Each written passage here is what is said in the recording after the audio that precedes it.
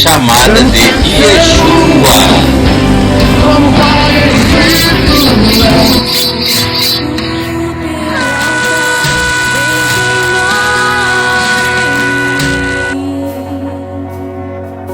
Israel, ouve, ó Israel, o Mashiach se revela a ti.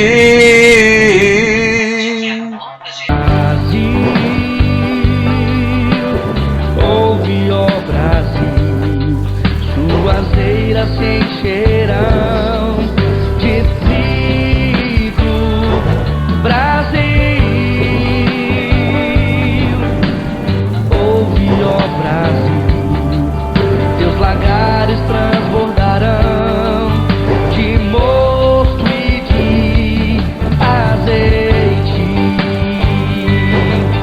e comerás abundantemente, fartarás para sempre e louvarás o nome do Senhor. Yau, Yahoo, Mr. Quack Quack. Maravilhosamente para contigo procedeu. Brasil nunca mais será.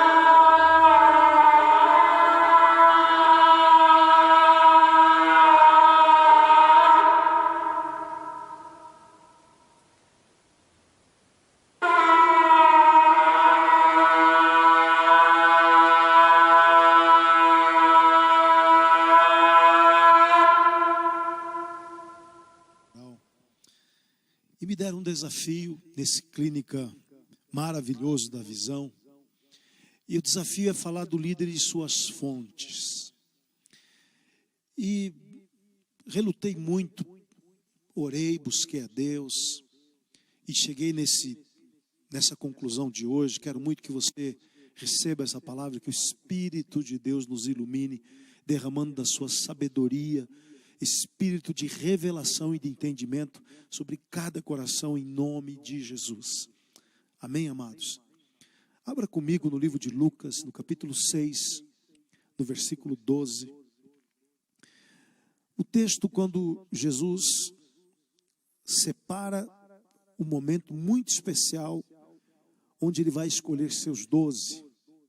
Aqui diz: naqueles dias retirou-se para o monte a fim de orar. Passou a noite orando a Deus. E quando amanheceu, chamou a si seus discípulos e escolheu 12 dentre eles, aos quais deu também o nome de apóstolos. Sabe, queridos, nós encontramos inúmeras passagens de Jesus orando. Mas nessa oração, algo especial acontece. Ele passa a noite orando, porque ele queria escolher a sua equipe. Aqueles que iriam levar adiante a obra que ele iria startar, que ele iria começar. E aí nós começamos a perceber algumas questões muito importantes daquilo que Deus constrói no nosso caráter. Aqueles que amam servir a Deus, aqueles que amam servir a Deus na sua obra.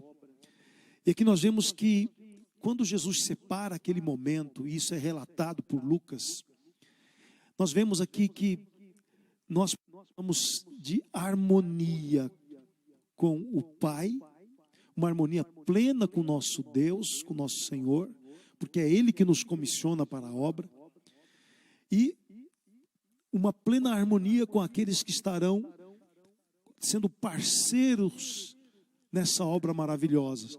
No meu caso, eu tenho pessoas acima de mim, tenho pessoas que estão me ajudando na obra maravilhosa de Deus. Como é importante nós entendermos a harmonia com o nosso Deus, e a harmonia com aqueles que nos lideram, e a harmonia com os nossos liderados.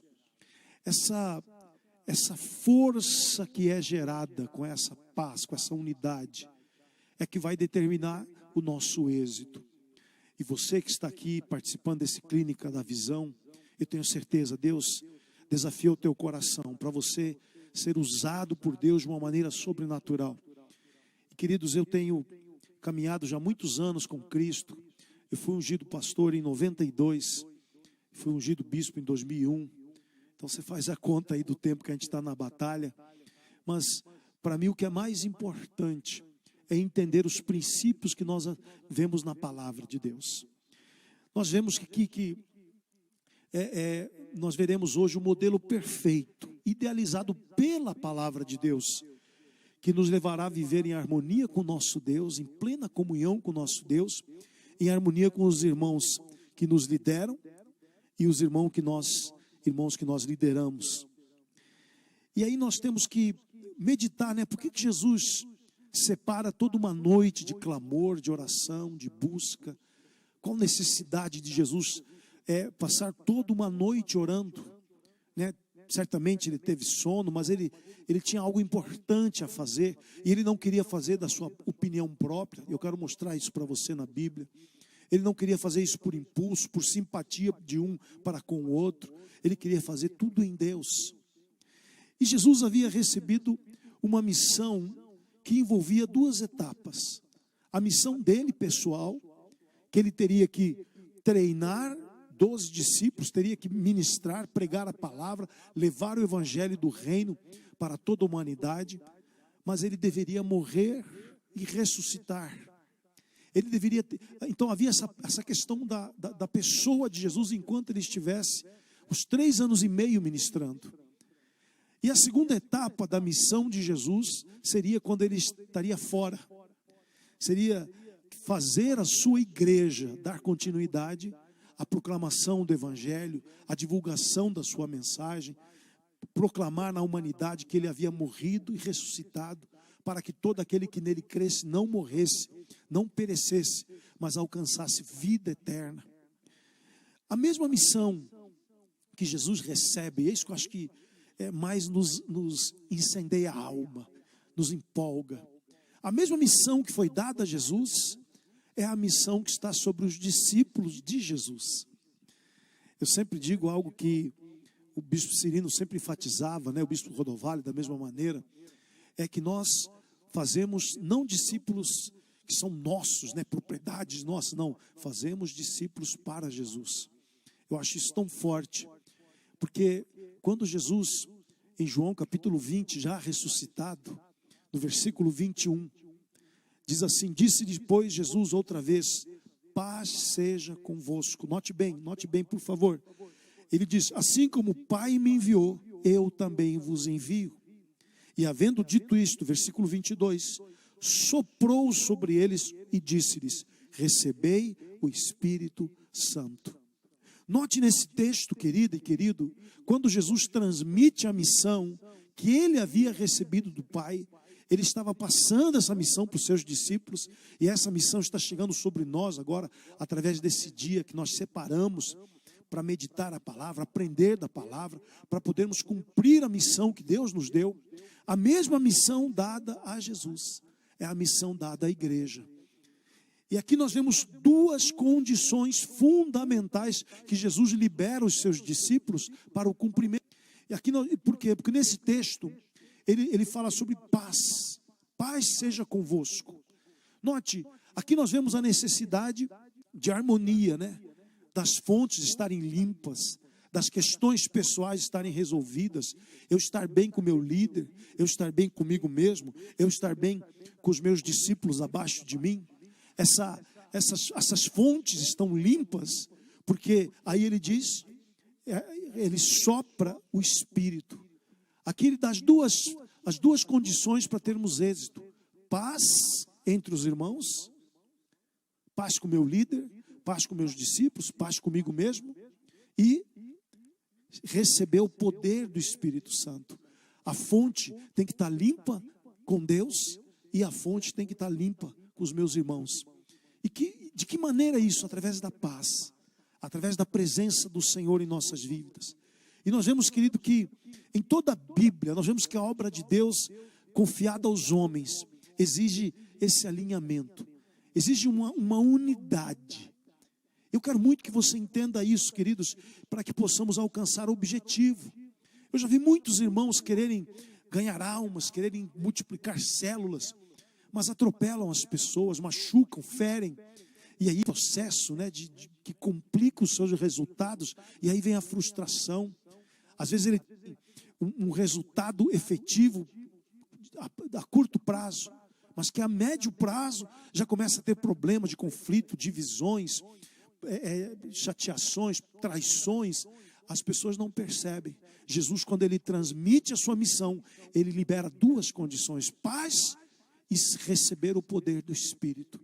Quando eu recebo o Espírito, eu tenho plena comunhão com Deus, eu tenho fonte com meu Deus. Quando eu tenho paz com os meus irmãos, eu tenho harmonia, eu tenho unidade. Note bem essa palavra, harmonia e unidade. E o apóstolo Paulo nos adverte em Efésios, capítulo 4. E o capítulo 4 de Efésios é tremendo.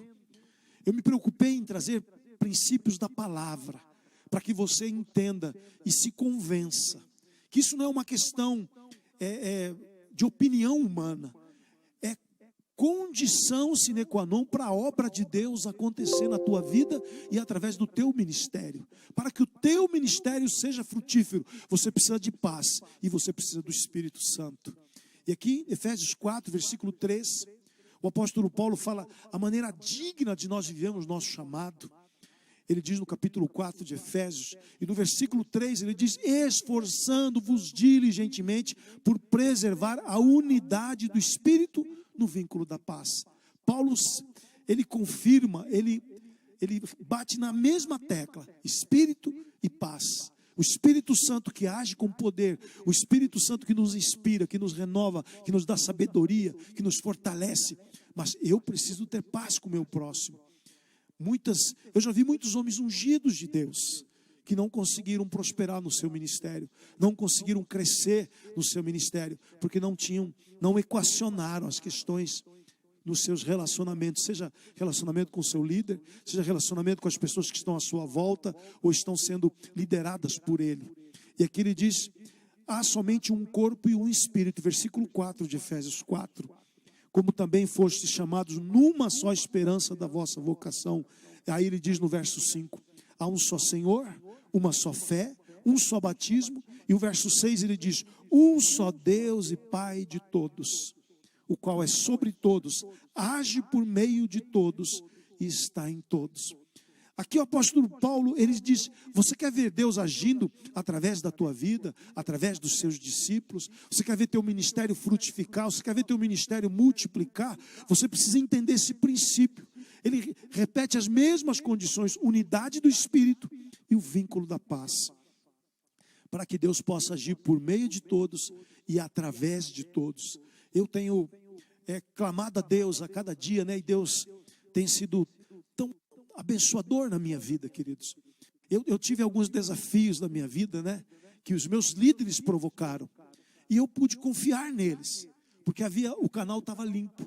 O canal estava tranquilo. E quando eles me desafiaram para coisas difíceis, quando desafiado a largar minha profissão em 94, pelo, na época, pastor Cirino, ele chega para mim e diz, eu queria que você fosse comigo para Curitiba. Eu trabalhava numa empresa há 7 anos, era muito bem empregado, mas como o meu canal com ele estava limpo, estava tranquilo, eu ouvi aquele desafio, eu percebi que era de Deus, eu pude orar, eu e minha esposa recebemos aquela palavra e a gente pôde evoluir no nosso ministério. De maneira, isso tem acontecido, né? Quando eu de Campo Grande, eu fui para Curitiba, voltei a Campo Grande, enviado de novo, saí de Campo Grande, vim a São Paulo, já agora enviado na época já Bispo Cirino e a Bispa Lúcia, o Bispo Rodovalho, a Bispa Lúcia que esteve lá em Campo Grande, que enviou a gente para São Paulo. Quando o canal é limpo, você está em paz, você tem resultados na tua vida, você cresce, você é abençoado, Deus guarda da sua casa, da sua família. E eu pude ver isso, sabe, queridos, quando da Augusta, eu era bispo da Augusta, e o bispo me desafia a abrir a igreja da Zona Norte. E eu pude ver os resultados, né, que eu alcanço hoje, que eu tenho já uma igreja abençoada, apaixonada. Eu chamo a igreja de apaixonada e apaixonante, né? Isso tudo como resultado dessa limpeza, uma comunhão com Deus e paz entre os irmãos. Quem pode dizer glória a Deus? Dê um glória a Deus aí bem alto, dê um aleluia, isso é maravilhoso. Daí eu preciso identificar o que é que pode te desviar de nós edificarmos de maneira legítima o reino. Para que eu queira edificar a obra de Deus, note bem, querida e querido, eu quero edificar a obra de Deus, eu preciso ser cheio do Espírito Santo, e eu preciso ter paz com os meus irmãos. É isso que Jesus bateu nessa tecla. Paulo confirma isso em Efésios capítulo 4. Por isso eu tenho que entender, eu vou enfrentar a minha natureza carnal. Eu vou enfrentar, se eu tenho situações de traumas, baixa autoestima, acho que as pessoas querem puxar o meu tapete, sou uma pessoa cheia de defesas, eu tenho que começar a identificar o que é que pode roubar a paz entre a minha vida e meus irmãos. O que pode roubar a minha paz em relação aos meus líderes acima de mim? Eu tenho que entender, eu tenho uma natureza caída, e a Bíblia diz que eu tenho que despojar, em Colossenses capítulo 3, diz despojar toda a natureza terrena. Entenda isso, porque isso pode atrapalhar a tua paz com os irmãos, e pode atrapalhar a tua comunhão com Deus. Quando você se deixa vencer com a tua carne, você se deixa vencer pela natureza carnal. Por isso, amados, que o Senhor te fortaleça hoje, que o poder de Deus te visite e quebre toda a força de carnalidade na tua alma, para você ser alguém espiritual. O nosso desafio, querido, é uma conversão genuína. A Bíblia diz que nos últimos dias o Senhor enviaria o ministério de Elias, e o Senhor ia converter o coração dos pais aos filhos, dos filhos aos pais. Significa discípulos convertidos aos seus líderes, e líderes convertidos aos seus discípulos.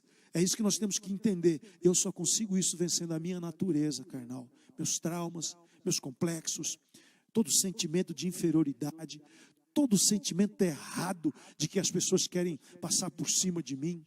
Você tem que vencer isso. Segundo, eu preciso entender que vou enfrentar ação de demônios que agem, e os demônios que agem para impedir a ação, o avanço do reino de Deus. Por isso que Jesus liberou a autoridade aos seus discípulos, a fim de subjugar a ação dos demônios, para eles poderem pregar o Evangelho. Porque eu não enfrento apenas a minha natureza carnal, eu enfrento a resistência das trevas. Onde eu vejo isso? Em Lucas capítulo 9, nós vemos tendo Jesus convocado os 12, deu-lhes poder e autoridade sobre todos os demônios. Aqui nós vemos já no capítulo 9 de Lucas, ele chama no capítulo 6, no capítulo 9, ele envia os seus discípulos, e ele dá poder e dá autoridade sobre os demônios, para efetuarem curas. Também os enviou a pregar o reino de Deus e a curar os enfermos. Nós vemos, queridos, que a ação desses demônios, para os últimos dias, é uma ação específica, e é isso que nós temos que entender, para que nós possamos ser líderes para esse novo que nós estamos vivendo agora, essa maneira nova que nós temos que liderar. Nós temos que entender a força espiritual que está agindo, né, nos últimos dias, que são as forças demoníacas que agem no tempo que nós chamamos princípio das dores. Isso nós vemos em Mateus 24. Ele diz, nesse tempo, a ação de demônios será dentro da igreja, e nós temos que estar alerta para isso. Ele diz, muitos hão de se escandalizar, trair e odiar uns aos outros. Olha a ação maligna que acontecerá. O verso 11, levantar-se-ão muitos falsos profetas, enganarão a muitos. Versículo 12, e por se multiplicar a iniquidade, de amor se esfriará de quase todos. Nos últimos dias as pessoas serão tentadas a quebrar as alianças, a trair as alianças, e ainda por cima produzir ódio, escândalos. Isso hoje aparece nas mídias, aparece de uma maneira que a gente fica até com vergonha. Temos que entender, esse é um espírito que está agindo dentro da igreja. Por isso que em nome de Jesus, receba autoridade. Quem tem o Espírito Santo e quem está em paz com seus irmãos, tem autoridade para repreender todo espírito de divisão na sua equipe, toda obra de Satanás que quer trazer divisão na tua liderança, toda traição o Senhor vai abafar em nome de Jesus. Porque eu creio, queridos, quando nós temos paz entre os irmãos e somos cheios do Espírito Santo, nós podemos repreender toda obra maligna de traição, de divisão nas equipes. Quantos podem dizer aleluia? Note bem, amados, deixa eu metralhar com vocês, para que nessa palavra você receba. Ele diz, falsos profetas que enganarão a muitos. A falsa profecia usa uma falsa palavra, ou uma palavra envenenada, uma palavra contaminada, com doutrinas convenientes à carne do homem. Qual o objetivo do falso profeta? Envenenar a tua fé, ou seja, acabar com a tua fé. A fé vem pelo ouvir da palavra. Agora, se a palavra que você está ouvindo não é palavra, mas parece palavra, você não terá fé. E a Bíblia diz que eu resisto ao diabo pela fé. A Bíblia diz que o diabo, 1 Pedro diz que ele está nos rodeando, buscando a quem possa tragar. E o apóstolo diz, resistiu firmes na fé. Uma fé genuína não pode ser contaminada por falsas doutrinas. E é isso que a Bíblia faz, essa previsão, que nos últimos dias muitos, né, acreditarão em doutrinas de demônios. Está lá no livro de Timóteo. Em nome de Jesus, não permita que isso venha contaminar a tua liderança, contaminar teu coração. Mantenha-se íntegro. Eu creio que nós somos privilegiados pela liderança que temos. Eu sempre digo que essa nossa terra tem uma força maravilhosa. No meio dos jovens, 60%, 70% da igreja é jovem. E aí nós vemos, mas os outros 30% de adultos, e a liderança adulta, né?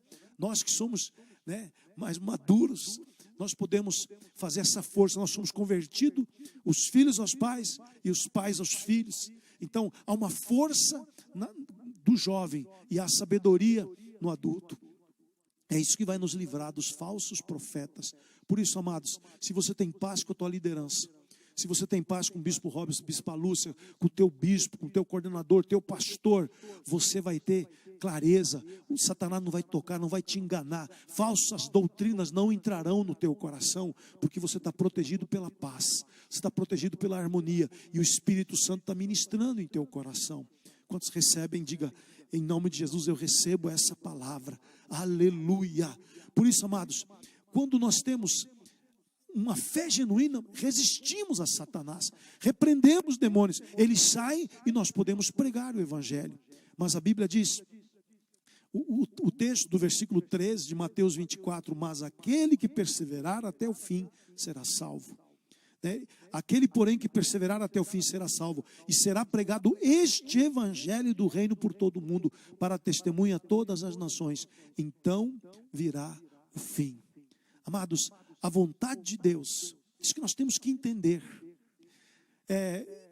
Nós temos sido desafiados nessa pandemia, mas note, nós tivemos nossas celebrações online em janeiro, tivemos as conferências de carnaval em fevereiro, e a partir de março, entramos já, março, abril, Semana Santa, e fizemos o tal, tivemos revisão online, estamos conectados. Qual o objetivo disso, querido? É para que nós aprendamos a perseverança, para que a gente não baixe a guarda, porque aqueles que são do dia, eles vigiam, eles oram, eles buscam a Deus. Por isso, a perseverança de não abrir mão da nossa fé, não abrir mão daquilo que acreditamos, não abrir mão da nossa missão. Eu vou ganhar, eu vou consolidar, eu vou treinar, eu vou enviar, vou fazer online, eu vou dar um jeito, eu não vou esmorecer na minha missão, em nome de Jesus. Porque isso, queridos, Hebreus capítulo 10, no verso 36, revela que você alcança promessas quando você cumpre a vontade de Deus. Olha o que diz o texto: com efeito, tendes necessidade de perseverança, para que, havendo feito a vontade de Deus, alcanceis a promessa. Aleluia. Quando você persevera na comunhão com Deus, você não abre mão do teu devocional, você não abre mão de ler a Bíblia, de buscar o Senhor todos os dias, de estar em comunhão com o teu líder, no discipulado, você está participando dos cultos da igreja, né? Se você ministra a tua célula, você está lá toda semana ministrando a tua célula, querido, persevera, mantenha a tua rotina de fé, seja criativo, busque a Deus, ande na presença dEle, renove o teu coração, tenha paz com teus irmãos, resolva os conflitos emocionais, cresça em comunhão. Deus quer te fazer um profeta na tua geração, queridos, porque Ele diz: com efeito tendes necessidade de perseverança, para que, havendo feito a vontade de Deus, alcanceis a promessa.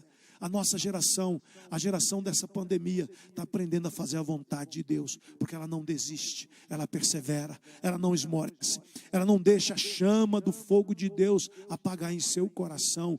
Por isso, queridos, mantenha acesa a chama, buscando a Deus, orando, jejuando, clamando, buscando, crendo, lendo a palavra, estudando, recebendo de Deus. E você, querido, vai alcançar as promessas de Deus para a tua vida, em nome de Jesus. Ainda este ano, Deus vai te surpreender com milagres em nome de Jesus. Por isso, amados, eu começo a concluir essa palavra, dizendo, o próprio Jesus, ele se submeteu ao Pai. Onde que se vê isso, né?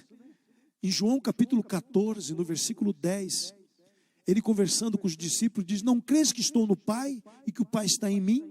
As palavras que eu vos digo, não as digo por mim mesmo, mas o Pai que permanece em mim, faz as suas obras.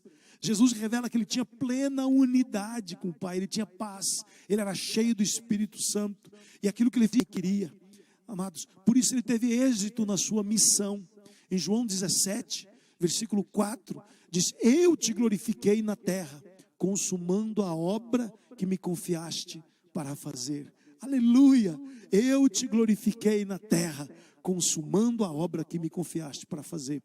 Jesus, no final do seu ministério, porque ele tinha paz com seus discípulos, a ponto de quando naquele momento, ia ser traído por Judas, quase que engasguei aqui, né? Ele falou, a que vieste, amigo? Havia tanta paz no coração de Jesus, em relação ao traidor, que ele disse, a que vieste, amigo? Né? Que coisa forte. Por isso, amados, Jesus leva os seus discípulos a viverem o mesmo chamado, e nós somos prova disso hoje. Nós vivemos o chamado de Jesus. Em João 17, versículo 8, ele diz, porque eu lhes tenho transmitido as palavras que me deste, e eles a receberam, e verdadeiramente conheceram que saí de ti, e creram que tu me enviaste. Por isso, queridos, nós renovamos a nossa entrega hoje, a mesma missão, em paz com nossos líderes, em paz com nossos discípulos, e cheios da poderosa ação do Espírito. Receba essa palavra hoje, para que você nesse grande dia, nesse momento, nessa clínica da visão, você possa realmente receber essa paz que vem do coração de Deus para a tua vida, em relação aos teus líderes, em relação aos seus discípulos, em relação ao teu Criador, o Deus, o mesmo que desafiou Jesus, para que toda a terra se encha do conhecimento da glória de Deus. E eu fecho dizendo, querido, que o mesmo Deus que ungiu Jesus, ele te unge hoje, para você cumprir a missão que Deus deu para a tua vida. Deus te abençoe, beijo no coração e sê tu uma bênção. Se alguém quiser, deixa eu te dar uma palavra de testemunho, posso, para encerrar? Eu já fiz quebra-emoção no Brasil inteiro. Brasil inteiro. Nunca eu tive duas coisas. Eu nunca tive uma quebra com manifestações tão poucas quanto aqui. A gente quase não teve manifestação. Amém!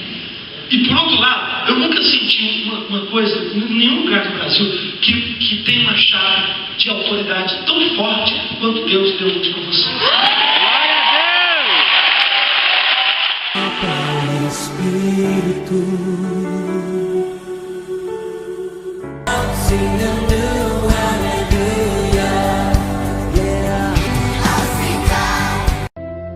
Feliz a nação que tem o Senhor como seu Deus. Feliz o povo que Deus escolheu para ser dele. O Senhor Deus olha do céu e vê toda a humanidade.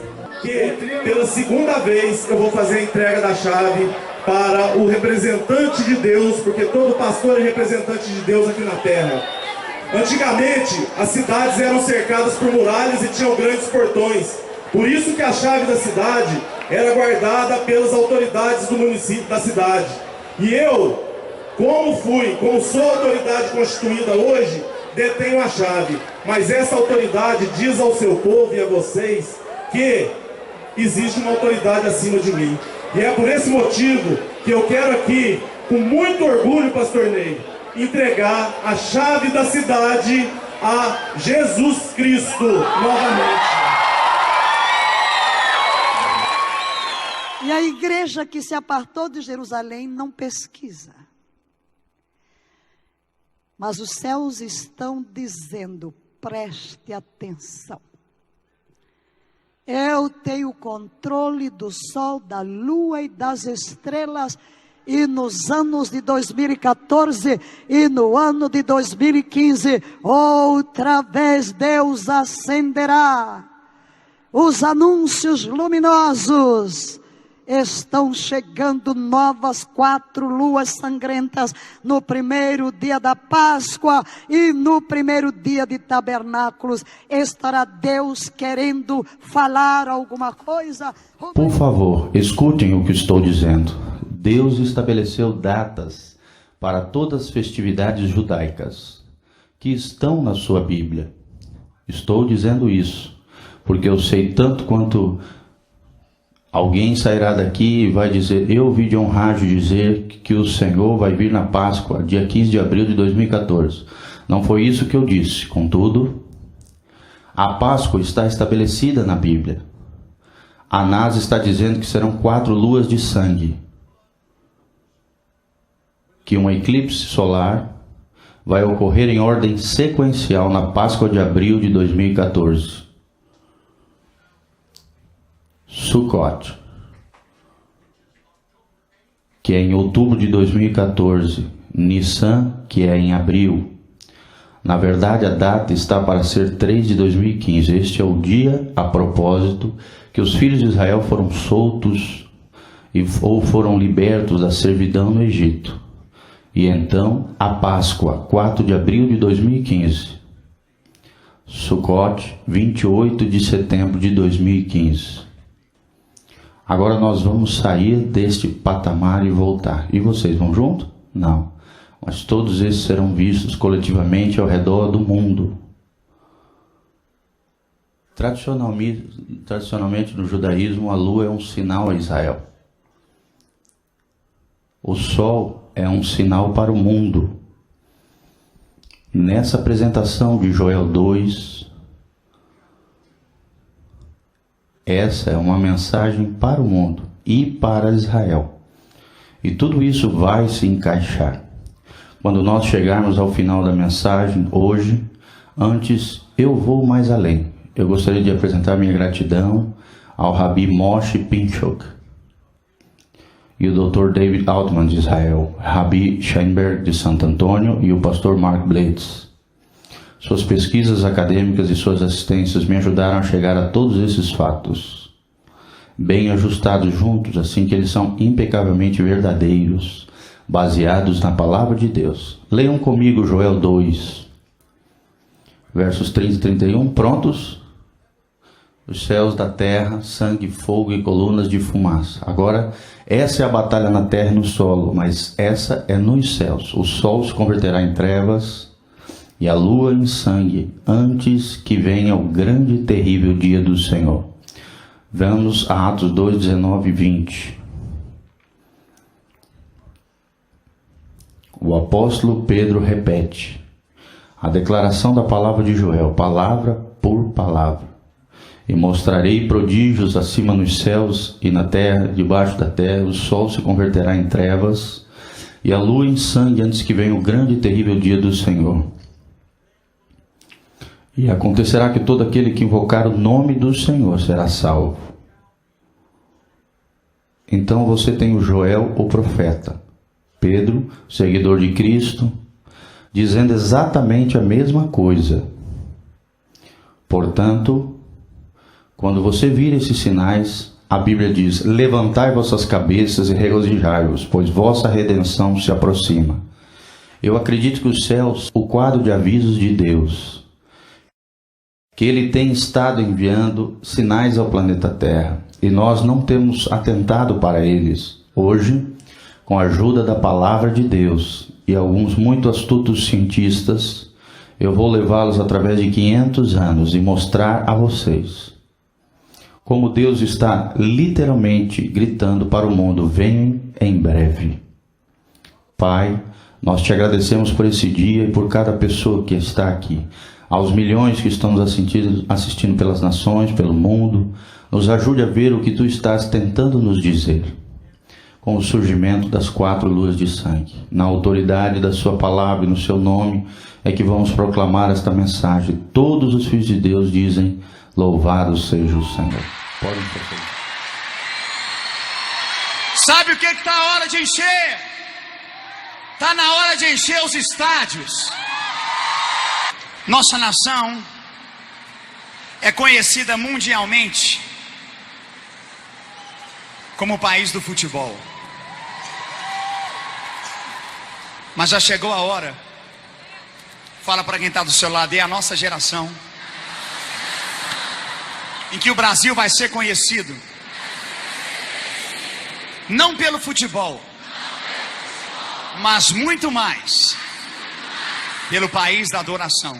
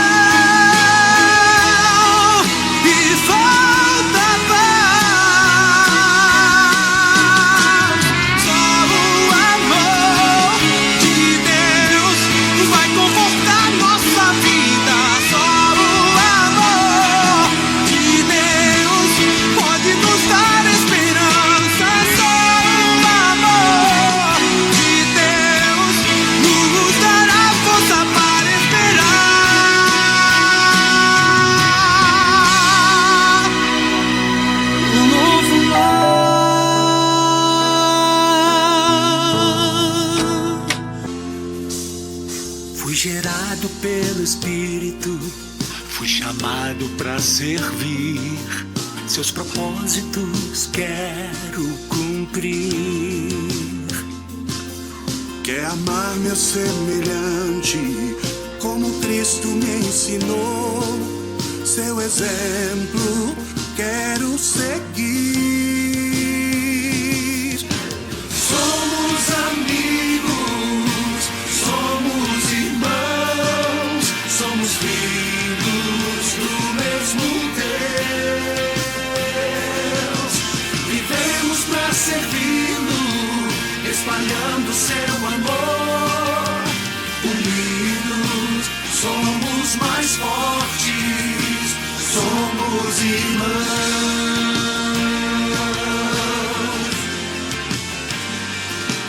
Mesmo sendo diferentes, temos muito em comum. É o amor de Deus e a fé que faz-nos Tua palavra tem guiado os nossos corações, e o Seu reino vamos anunciar. Somos amigos, somos irmãos, somos filhos do mesmo Deus. Vivemos para servi-lo, espalhando seu amor. Unidos somos mais fortes, somos irmãos. Quando vierem os inimigos, não vamos resistir.